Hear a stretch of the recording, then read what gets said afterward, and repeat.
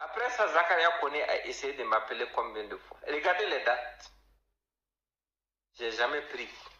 Parce que je suis quelqu'un, je ne suis pas hypocrite. Et bon, pour même être beaucoup plus honnête, je clique sur le nom pour que vous puissiez voir.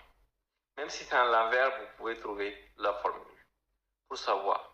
Et vous allez chercher pour savoir si c'est lui ou pas. Parce que je ne vais même pas rentrer dans le faux, c'est sur mon deuxième téléphone. Je ne rentre même pas dans quoi que ce soit pour que quelqu'un dise demain que c'est un montage. Mais après ça, il m'a appelé jusqu'au 4 octobre. Le dernier appel qui manquait que j'ai reçu de lui était à 10h11 le 4 octobre 2022. Samiba était déjà parti. Je ne peux pas être un faux type. Donc quand ces gens-là me suppliaient, Zakaria Kone est comme un fils pour Alassane Ouattara. Quand ils me suppliaient là, moi j'étais quoi? J'étais pas un vagabond, j'étais pas un danger. Je n'ai jamais été contre la République de Côte d'Ivoire et j'ai toujours estimé que une instabilité en Côte d'Ivoire est un danger pour toute la sous-région. Je l'ai toujours dit, je l'ai toujours réaffirmé. Et Alassane Ouattara est rentré dans un banditisme incroyable que beaucoup d'Ivoiriens ne peuvent pas comprendre. Quand Wassim Nasser sort pour vous dire que les terroristes ont commencé des recrutements en Côte d'Ivoire et qu'ils s'évitent avec les forces armées ivoiriennes là. Le nord, Côte d'Ivoire, Burkina Faso, c'est ils s'évitent. Donc on sait que les djihadistes recrutent des Ivoiriens dans leur rang, peut-être pour les renvoyer chez eux.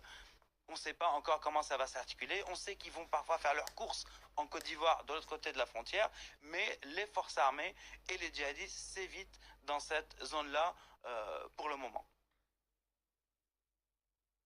Vous pensez que ça signifie quoi? Ça signifie en quelque sorte qu'Alassane Ouattara, lui, pour lui, c'est le fait de se sentir indispensable pour les Ivoiriens qui compte. Il permet aux terroristes de faire des recrutements en Côte d'Ivoire.